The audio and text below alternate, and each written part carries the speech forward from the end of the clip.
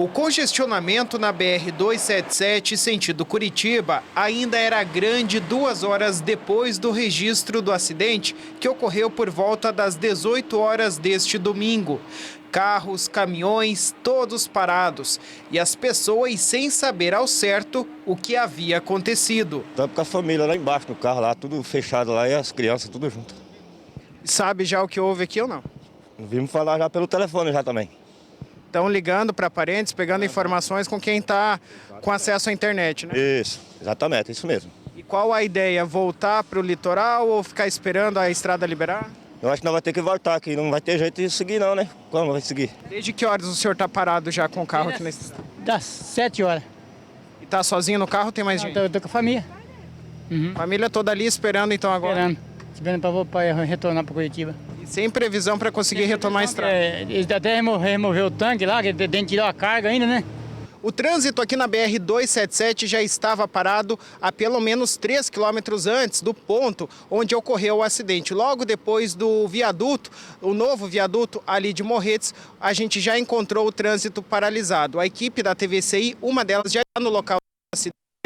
E o que a gente vê nesse percurso aqui que nós estamos tendo que percorrer a pé é muita gente sem saber o que de fato aconteceu. Muitos ônibus parados, carros com muitas pessoas dentro, famílias completas, né, esperando, tendo mais informações e esperando a BR-277 ficar liberada. A gente vai continuar então agora caminhando aqui pelo acostamento da BR-277, seguindo sentido o acidente, para tentar apurar mais informações e poder contar melhor a história. Tem muito carro, ó, como vocês podem ver aqui, desistindo de tentar subir aqui pela BR-277 e fazendo o sentido inverso aqui, sentido Paranaguá, novamente pelo acostamento. A gente vai seguindo aqui então.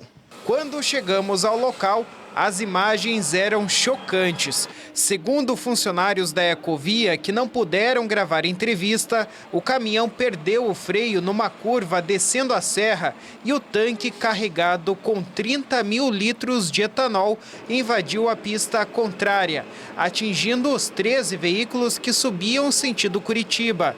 3 passageiros de um mesmo carro morreram carbonizados na hora. De todos os veículos envolvidos, 8 foram queimados e os demais apenas se colidiram uns contra os outros ou foram atingidos pelos destroços da carreta. Foi o que aconteceu com o carro deste sobrevivente, que relatou a cena como uma avalanche. Ele veio arrastando todos os veículos, né, que estavam na pista para baixo. E quando eu vi que ele definia o lado que ele ia, eu joguei para ele. Eu estava na pista da direita, né? E ele, como ele foi para a direita, eu joguei para a esquerda e infelizmente eu não conseguia evitar, né, o contato aí com os estepes da carreta que acabaram atingindo o meu veículo e aí a gente acabou se envolvendo aí. Infelizmente é um acidente muito trágico, vamos dizer assim, né?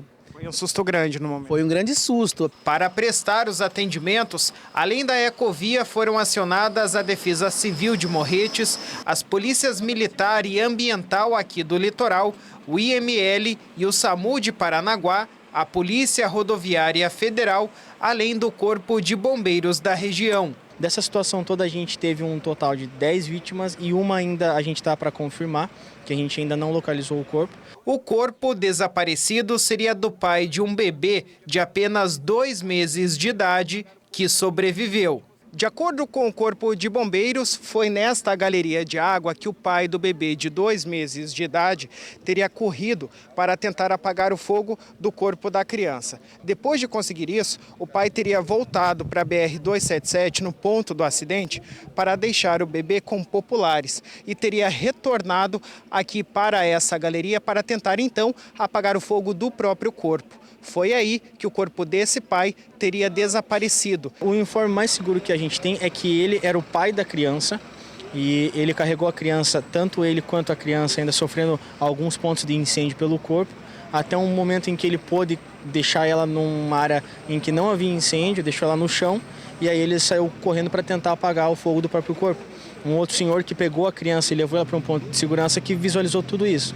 A condição do túnel, ela tem ainda muito combustível, possivelmente ainda está em condição de incêndio, porque ele é um túnel que, se a gente encher ele de água, né, o máximo que a gente tem de água nos nossos caminhões, a gente ainda não consegue resfriar por completo, né, não consegue criar uma condição ali para que o nosso bombeiro entre e faça a operação.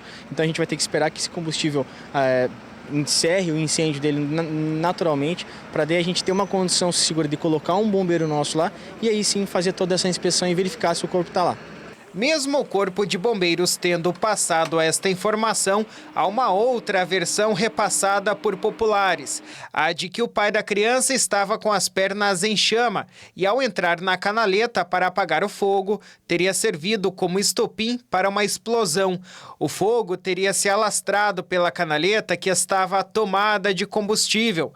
Essa versão não foi confirmada pelos oficiais, mas por essas imagens feitas por uma pessoa que passava pelo local, dá para ver que o fogo se concentra assim na canaleta e que as maiores chamas estavam na boca do túnel, onde os bombeiros acham que o corpo do pai do bebê possa estar.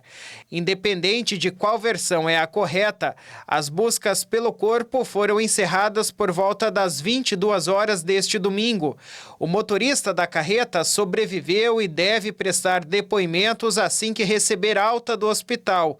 De acordo com a Polícia Rodoviária Federal, 3 das vítimas em estado grave foram levadas ao Hospital Evangélico em Curitiba, que é referência em queimaduras. As demais foram encaminhadas ao Hospital Regional do Litoral, em Paranaguá.